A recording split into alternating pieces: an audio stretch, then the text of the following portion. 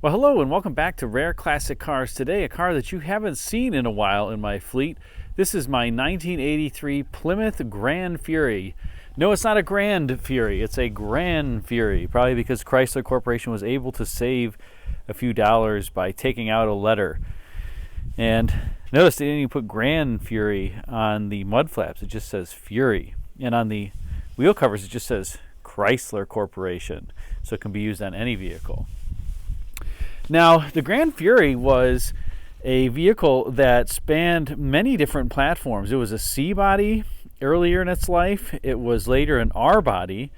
And then by this point, it was an M body. And the M body was a platform that was very similar to the F body, Aspen and Volare, with really a few little tweaks. So we're going to talk about some of the strange features and quirks and all the little minutiae of this Gran Fury.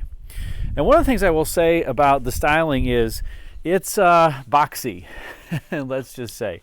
And clearly this is the so-called three-box design with a pretty upright greenhouse here.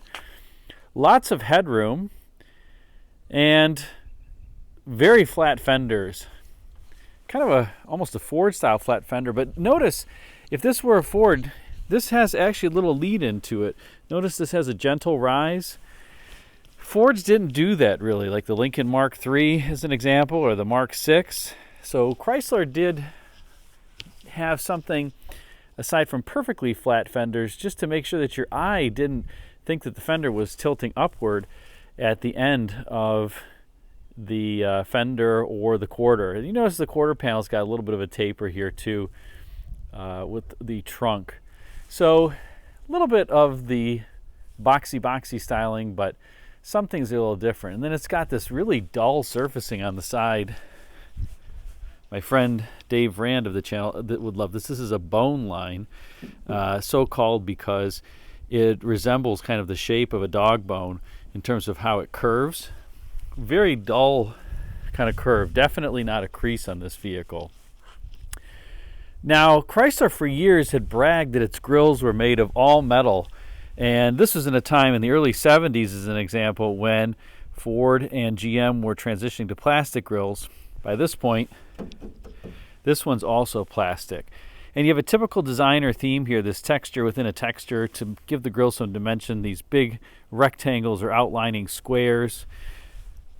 So it looks a little cool. You did, of course, have the spring-loaded hood ornament by this time. Have to be safe. Most cars had done away with hood ornaments by 1983. Some still had it. Some of the upper end cars still had them, including Cadillacs. This was a very affordable car back in the day. You could get this car for under $10,000, and it was admittedly popular with police vehicle fleets as well as taxi fleets and rental car agencies because it was very durable. And retail buyers, some of them bought this, but it was, I would say, had kind of tired styling and dated styling. And really the taxi cab drivers and the police buyers knew that these were tough vehicles. And they were proven by this point. As I mentioned, this platform is very similar to the Aspen Volare platform, and so it was quite proven, including the somewhat goofy transverse torsion bar suspension under here. That's a torsion bar right there. It's not a stabilizer bar. And there's one on either side. You can see it's attached to the control arm. And Chrysler for years had torsion bar front suspension, leaf spring rear, but they were longitudinally mounted torsion bars. On the Aspen Volare, as well as these M bodies, they're transversely mounted. And the thing that's amazing about this car is Chrysler almost exactly replicated the C-body ride, the big C-body ride from, let's say, the fuselage car era, the late 60s, early 70s. Everything good and bad. It's a very stiff ride. This is not a, I would say, luxury, pillowy soft ride. Chryslers during this era, amazingly, despite their clientele, they really were emphasizing handling over ride. And I've talked to a number of Chrysler engineers from the period, and they acknowledged that. That was their philosophy. Ford was ride over handling. General Motors was a balance. Chrysler was handling over ride. And I mean, if you try to push on the fender here, I mean, the car barely moves. Because the torsion bar also, as compared to a coil spring, doesn't really have much slack in it. It really starts resisting almost instantly. Now from the back we have this unaltered roofline. If you got the Chrysler Fifth Avenue, that would be especially popular. That had a fiberglass cap that disguised this particular roofline and made it a little more luxurious, I suppose. But you see, these cars weren't always all that well done. I can feel it. I don't know if you can see it, but there's definitely a wave here where the roof meets the quarter panel. Chrysler quality during this era was, well, a little lacking. Now out back we have clearly the badging Gran Fury, and one thing I always found interesting about Chryslers is they did a lot opposite from GM. The keys go in kind of upside down from a GM car. This, if this were a GM car, would swing counterclockwise. Here it swings clockwise, downward. It's just the way that Chrysler did things. And I don't know that they necessarily did a lot of the finishing details all that well. You know, you'd think that you would scallop this taillight a little bit so the deck lid would sit flush with the quarter panel. But instead, the quarter panel mates to the tail lamp, and then you've got the gap here for the overslam. And as a consequence, the deck lid is kind of elevated relative to the quarter panel. You know, that was not something that you would see, I would say, on a lot of GM cars. But on Chryslers, a lot of cars did this. The Cordoba as well kind of has something like this. It just looks a little funny. Another thing that's interesting is the fuel door, how low it is over here. Now, of course, it's not in the back. It's there on the side, which is relatively convenient. But if you're somewhat tall, you kind of got to almost stoop over to fill the car up. I did already mention the Chrysler Corporation wheel covers. That was so Chrysler could use these on any car. Plymouth, Dodge, Chrysler, just said Chrysler Corporation. And when this car was ready for delivery, you got this little sticker put on, road ready, new vehicle preparation. So this car is good to go, despite, you can see here, it's a little wavy. This is two pieces, I suspect, here, and it's kind of seamed at that point. This one I think is seamed here. Yeah. Like I said, Chrysler quality. Now, one thing that you did get is you did get an articulating driver's side wiper on these, which, despite the fact that the windshield really isn't all that large, it does help the wiper stay parallel to the A-pillar at the end of its motion. That was something that a lot of the big 1970s cars had. I don't know that it really gives a lot of marginal benefit on this car, but it had it. Now, as we open the door, you hear one of the buzzers, and if you turn the key on, you get another buzzer. I mean, the car's got multiple buzzers. Lovely. The second one was for the fasten seat belts. I'll take that out. See, this is what I mean. On your Chryslers, you put the key in like this. If it were a GM, you'd put it in like this. And a lot of these use GM steering columns even. Now, over here, you have Chrysler's kind of semi-automatic temperature control. You would set this temperature and forget it, and there's a little actuator that moves the blend door. But you have to select how you want the air to come out. If you want it to come out up here, down here, up there in the defroster, and the fan speed. So kind of like the Tempmatic system from General Motors by this point. I think some people wanted to be able to control where the air was coming out and the fan speed, and this was also cheaper. But here you have it in a Plymouth, and a lower end Plymouth, let's say. This car also, interestingly, just has a light on the inside in the driver's kick well and not the passengers. That's not because it's burned out, it's because there's no light there. Cost-cutting move, brilliant cost-cutting move by Chrysler. You do have, of course, the overhead dome light, And they did give you a padded C-pillar, almost like a little head pillow if you wanted to relax. Now on the inside as well, one of the things that always happens to these, you'll notice the oil pressure light over here. Something always falls behind there and blocks it on all of these. And I don't really feel like taking the dash apart because, I mean, you can still see the light and it doesn't really make much of a difference. This car does only have 11,683 miles. And it is clean. Clean, clean, clean. All the door seams are great. It did have the Rusty Jones system when it was new. Old school. And the car is in really good shape, aside from some cobwebs. I probably don't drive it as much as I should. If we turn under hood, we have the venerable 318 cubic inch Chrysler V8. You could get really good engines in this. For a number of years they had the slant 6 as standard. The 318 is optional. And this is just a 2-barrel Carter carburetor, feedback carburetor, kind of the lean burn setup, where the engine computer is here. Not a great place for it. It does have like this insulation, keep it insulated from heat. It does have a 1-wire oxygen sensor too, only in the left side bank. So hopefully that left side bank is representative of the overall air-fuel ratio. You do have, interestingly, these kind of torsional springs for the hood. No prop rod here. This car, the Rusty Jones system, put this wax all over here. This would be a great candidate for dry ice to remove all this stuff. But it has protected the car. You can kind of scratch it off if you want with your fingernail.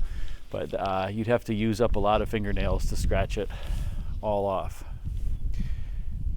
Now the 318, as I mentioned, was a great engine, very durable, rugged, reliable. You can pound on this, although there's no reason to, because I think it makes somewhere between 125 and 135 horsepower. The police vehicles of the era, you could get a 4-barrel carburetor in those. I think those made 165 horsepower. And that was the top engine that you could get in the police fleets. And if you got the police car option with the divider and kind of the security package, they actually reinforced the door striker here because they didn't want a criminal kicking it out. This one is not a cop car. This is just a regular car, so it doesn't have that. But it is quality engineered by Chrysler Corporation, despite the little issues that I was just showing you. Now the lean burn setup on these is, by this point it was relatively reliable, I have to say. Sometimes those engine computers go bad. I did have the coil get weak on this one. That was not a fun job. The coil is located there, and it's a little hard to get to the mounting bracket. You get some scraped knuckles. That was not a fun job to change. Not hard, but like I said, I came out with some scrapes replacing it. These engines will run forever. Chrysler, the Slant 6 and the 318, I don't think they made a more rugged or reliable engine. They're smooth too. I will say this car is jetted very lean. You can actually, what I've done is I've made this less of a lean burn. If you want to know, you can take this air cleaner off, and on your Carter 2-barrel carburetor there's a little cap. So on the underside of this, I have to take off, I forgot they have all this stuff that's connected here. Well, in any case, on the front side of the carburetor, let me see if I can just disconnect this PCV hose and maybe show you. Yeah, there we go. See that top cover? If you take that off, there's two little metering rods, and you can adjust, they pivot on this little shaft, and they have two set screws where you can do the set screws. What I did is just made a little mark with a pick in terms of where they were originally set, so I could set it back to factory settings. And then I rotated it so the metering rods are out further from the jets. So it's actually a rich lean burn. It's still pretty lean. These cars, if you let them sit even for about 5 minutes, the fast idle comes back on, and that's by design. Because they were so lean, Chrysler didn't want them to stall out. So again, it's road ready. But like I said, overall very reliable. You do have the ThermoGuard on the battery. That was a Chrysler exclusive that they had for a number of years. Really dusty under here. They just got this car back out from storage. Wonder if that P is for Plymouth or something else. And like I said, I haven't driven in it in a while, but I thought it was time to get it out. Unfortunately, by this point, they changed the sound of the Chrysler starter. How dare Chrysler do that? They had this problem in the early 70s when they first went to electronic ignition, that the starter wasn't able, the Hummingbird, Highland Park Hummingbird wasn't able to crank the engine fast enough in cold weather for the pickup coil to pick up the signal. So at this point they had a lot faster starter here, and so it starts a lot easier and faster. Oh, that buzzer is dreadful.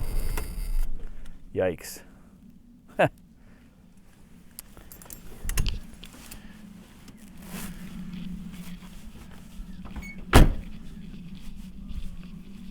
But in any case, there you have it. I do think that there's one thing that I like about the front end on this. I put the parking lamps on purposefully.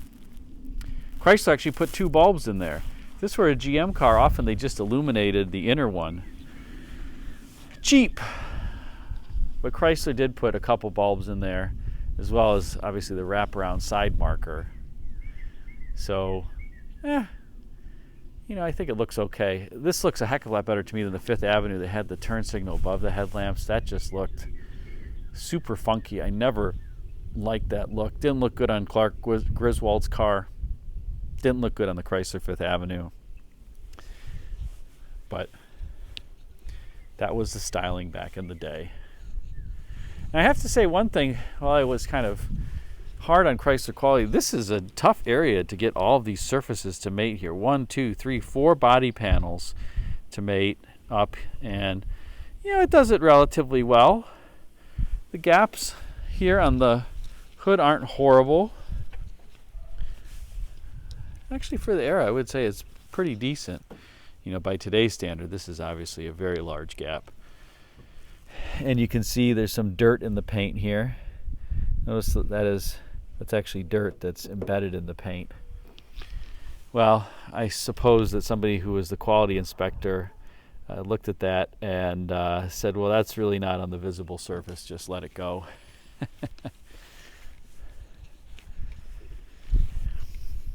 But overall, really durable car. The weakest component from a drivetrain perspective on these, I'll show you, is right there.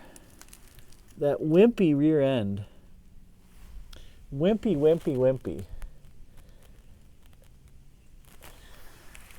So try not to spin the tires too much on your Gran Fury or your Dodge Diplomat or Fifth Avenue, or do the one-wheel peels.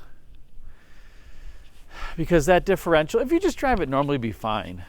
But a decent number of them broke, particularly from spinning on ice, one wheel spinning on ice and then catching.